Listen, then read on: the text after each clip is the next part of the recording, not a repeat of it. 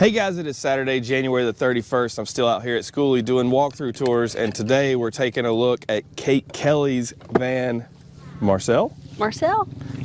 Can we see the inside of it, please? Yeah, come on in. So tell us what we're stepping into here. What is this van? So this is a Ford Transit with the high roof and extended body. What year? 2023. 2023. Mm-hmm. So how long have you been in it now? I've been in it for 15 months with Penny, my little passenger princess. Hey, Penny. And yeah, we're just getting started. Just getting started. Yeah. Did you build it yourself? I did, with the help of my dad and some friends and family. My brothers helped with different parts, but I did most of it.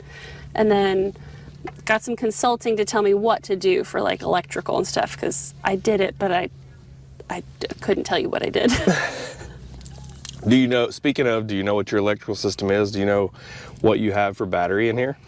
I have like Victron stuff, and then I have 2 batteries, and I think it totals to like 460 something amp hours. No. So do you have 2 game changer batteries potentially? I have no idea. Because 460 is a lot. I don't doubt it, because some people do have. I mean, like each battery is like 230. That should be a game changer. I believe that's right, because I have a game changer in mine. Maybe it's 270 for a game changer. I can't remember. I can show you. Kind of my crazy storage back here, but my power is like. I'm not familiar with what those batteries are, so I can't look at those and tell you what size they are. I don't know. But all of the Victron components I'm very familiar with, and the cabling looks very proper. I did all of it, but I don't understand any of it. Honestly, it looks very proper. You've got. I just followed instructions. What do you have on the roof for solar? Do you know that? I have 2 200-watt panels. Okay. And so I guess that's 400 total. And I think they're in series or whatever that means. Do you have DC to DC charging in here? So whenever you charge, when you run the van, does it charge? Yeah, that was a huge game changer, because only 400 watts of solar, I'm realizing just how little that is. And with how much I'm driving, I almost never feel how little that is until I'm parked in one spot without driving for a while. Because when I'm driving every day, it juices my batteries right back up. Right. What about water? What do you have in here for water? So I have 30 gallons of water, and I use these jerry jugs. They're just sort of like military grade or whatever, and each one is 5 gallons. And I keep the rest in the back, which I can show you in a little bit. And then just like a maybe it's like a marine like foot pump or whatever. And that's the first. So this is the first time I've seen a foot pump for a sink. Everyone has the DC pumps usually. So I didn't want any electrical entangled with my water stuff. And so I wanted to keep that totally separate and simple. Because if something went wrong, I didn't want to have to deal with troubleshooting any like electrical issues to like have flowing water. Honestly, this is probably more efficient because you are literally only using water as you're demanding it. Yeah. And I get used to having hands-free faucet experience. So when I'm in a house, sometimes I end up knocking my knee against the cabinet, like under the sink, to like turn it on. I'm like, oh yeah, I have to use my hands. So it's totally hands-free, which is like so fancy. And then this is a little trick that I saw on somebody's Instagram, where like you put soapy like dish soap water in a spray bottle, so that conserves even more water. Okay. So I spray my dishes with like already soapy water, and it just helps it go farther. Awesome. It looks like you have plenty of power, because I see a toaster even sitting here. What do you have for electrical appliances in here? So this is the one that I use the most, because for my coffee and tea every day. But then I recently added this because I do have a Coleman camp stove with like a little propane, but sometimes I just want to grill cheese without like all the hassle of pulling the propane out. And it's good for like a little grilled cheese sandwich. Yeah. What about a refrigerator? I see a fridge right here. What do you have for a fridge? So this is just like a standard. It's not like any fancy, I don't know, was it diet? what do people call them? Dometic? Dometic or any. It's just like a standard, like under the counter fridge that like people would use in a dorm. So it's an AC fridge, plugs into just a regular AC Yeah. outlet. And it doesn't really draw that much power. Surprisingly, if you see the power differences between a DC fridge and an AC fridge, it actually is I substantial. mean, comparatively, but in terms of like how much juice it impacts like my setup, I'm like, I don't really. Well, if you have notice as it. much battery as you think you have a lot of battery. That's a lot. I may not, but Well, yeah. so I myself have an AC fridge in my setup, and I've ran the numbers on it to see like how it balances out. And quite honestly, I could have went down in size enough in the battery to justify the cost difference. So it kind of balances out as Yeah. far as that goes. If you spend more in the battery, then you have enough power to run the more Which, like, cheaper fridge. I also, because I'm driving enough, like generally it's been fine, but I also was really, I went on to Wirecutter and I was like, what's the best like small fridge? Because some of them have like a whole thing that's like for cans of soda. I'm like, I didn't want wasted space like that. Right. And this was their like top pick. And I was like, just the way the space was arranged in there, I was like, I think I can definitely live with that.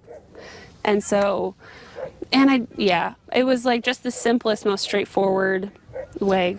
So what size bed do you have back there? So I have a full-size bed, and Penny lets me sleep in it.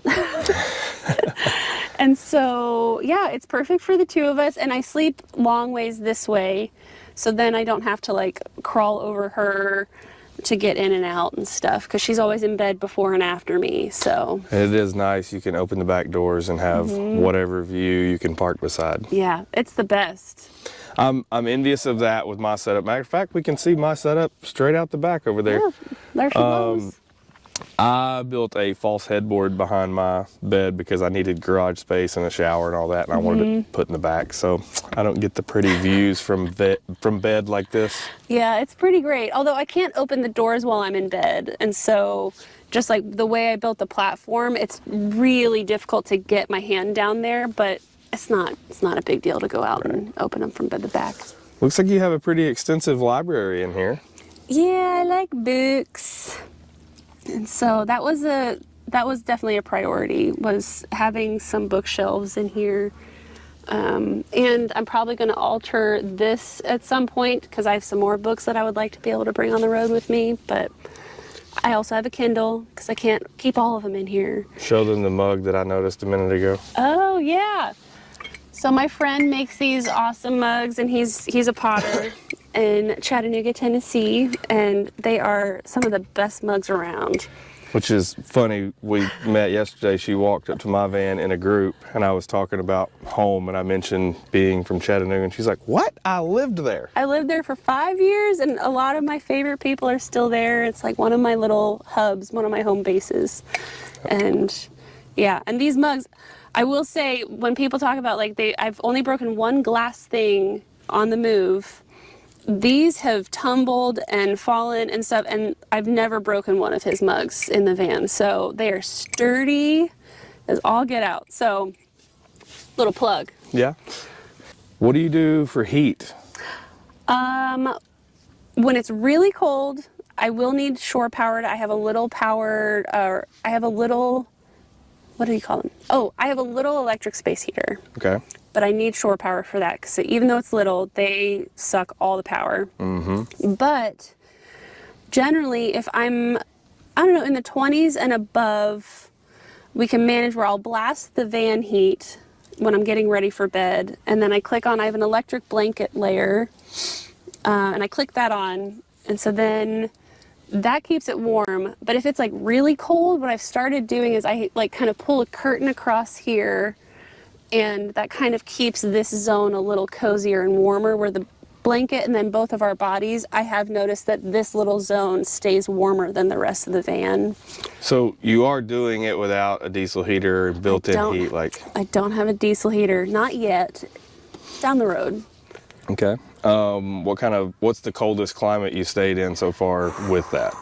Well, last year, so in 2025, I experienced single digits and triple digits in the van, and I don't want to do either of those ever again.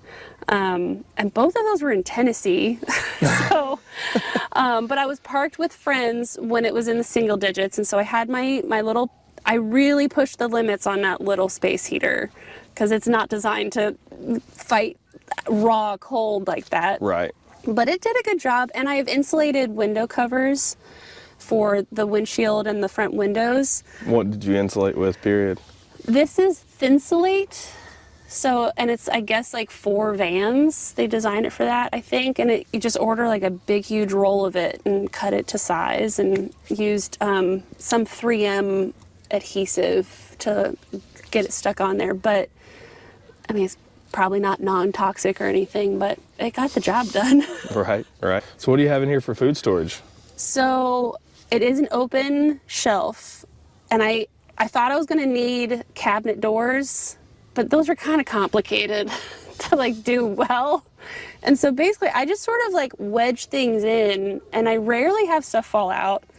Sometimes a chip bag will tumble out, but that's not a big deal. And when tin fish falls out, it just gets dented. So I was wondering if not we a were big going to hear deal. about tin fish. look, people So, need to know. Hang on. So when they walked up, we were talking and we were guessing ages and stuff, and I guessed her age to be younger than what she is. And her friend Melissa said, "It's all the fish." I'm like, "Oh, you eat a lot of fish?" She said, "I really like tin fish." And she went on a spill about tin fish. It's been funny that, People who are nomads need to know about this. well, it's enough of a joke that I noticed this yesterday. She has a sardine Christmas ornament hanging here. Yeah, my little sardine Christmas ornament, because my family knows that is part of what is keeping me alive is tin fish. Because it's shelf stable, it's very satisfying, it's healthy fats and protein, it's like always a perfect portion size. I mean, people need to know, tin fish is like the way to go.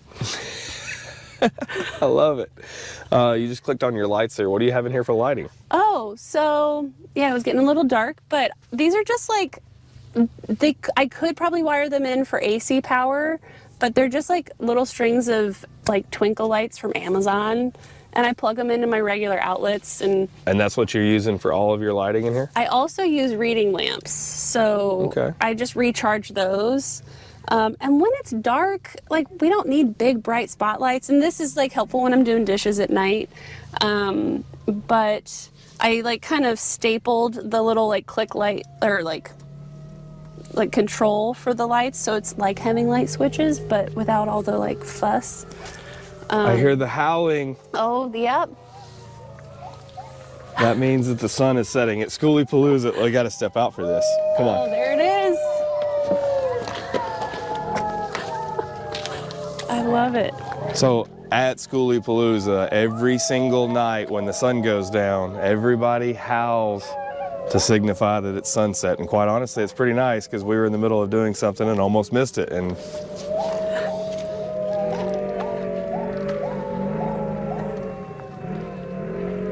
It's so nice. well, wasn't it you yesterday that asked, is that I was like, normal? is this like a thing? Yeah, it is definitely a thing. Because this All is my of the first nomad schoolie, events. so I'm learning a lot about Palooza and nomad culture. Still going? A little bit. We stepped out for sunset since everybody was howling. No, I was talking about tin fish, but I could go on forever. Oh, that is a substantial amount of water back here.